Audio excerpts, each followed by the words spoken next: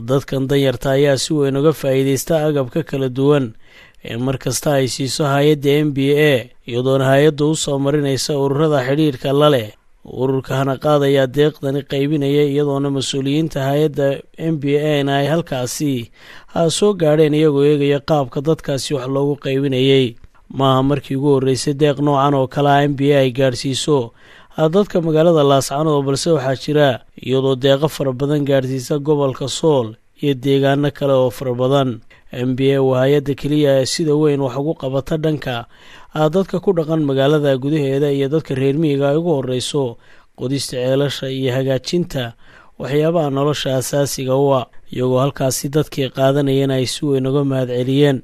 taageerada hay'adda MBA iyo ururka hanaqaad ay u fidiyeen iyadoo halkaasina ay ka hadleen qaar ka mid ah mas-uuliyiinta ururka hanaqaad iyo hay'adda MBA oo sheegay inay sii wadi doonaan waxqabadka ay u fidinayaan. Bismillahir Rahiim magacaygu waa Xalimo Saalax Xasan waxaan ka mid ahay halwadeennada ururka hanaqaad maanta hawshan aynu isugu nimin waxa weeye qaybinta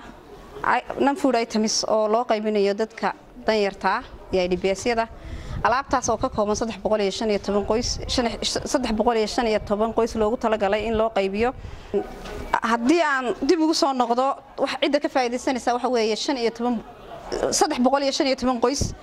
qoys kasta waxaan ugu talagalay alaabtan aad aragtaan oo ka kooban shiraaqi labadii buste labadii qadifadood jirkaankii killigii koobkii biyaha malqacadihii saxanadii digsigii iyo baaldigii biyaha marakaneecadii alaabtaas oo loogu talagalay in qoyskaasi uu anfacdo alaabtaas oo ay bixisay fankeeda hay'adda MBA fulinaysana MBA haddii aynu dib u eegno MBA maaha maalintii u horeysay ay bixiso mashruuc noocan ah ee waxa jira mashaariic hore oo isdaba taalay kana kuwii daba socda insha Allah waxa laga yaabaa in ay ku sii socoto rabbil caalamiin wa salaatu wa salaamu ala rasuulillah magacayga waxa weeye Maxamed Xuseen Cilmi waxaan ka socdaa xafiiska hay'adda NBA oo loo yaqaano Norwegian People's Aid sida aad aragtaan maanta halkan waxa lagu fulinayaa mashruuc lagu caawinayo dadka danyarta gaar ahaan IDPS-ka dadka loo yaqaano barakacayaasha mashruucan waxa fangareeyay hay'adda NBA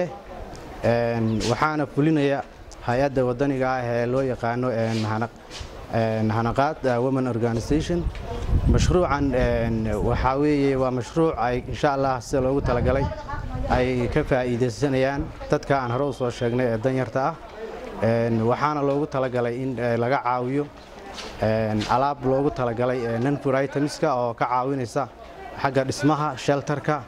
utensils-kii alaabtii ay wax ku karsan lahaayeen tii biyaha ay ku qaadan lahaayeen items-ka kala duwan weeye marka insha Allah waxaan rajaynaynaa mashruucan inuu sii socon doono mana aha markii koowaad iyo markii labaad iyo markii saddexaad sanadii ugu dambeeyay waan soo wadnay waxayna ka mid tahay waxqabadka hay'adda MBA ee gobolka Sool MBA ma qaybiso agabkan oo kaliya waa hay'adda kaliya gobolka Sool ku guuleysatay inay ka qodo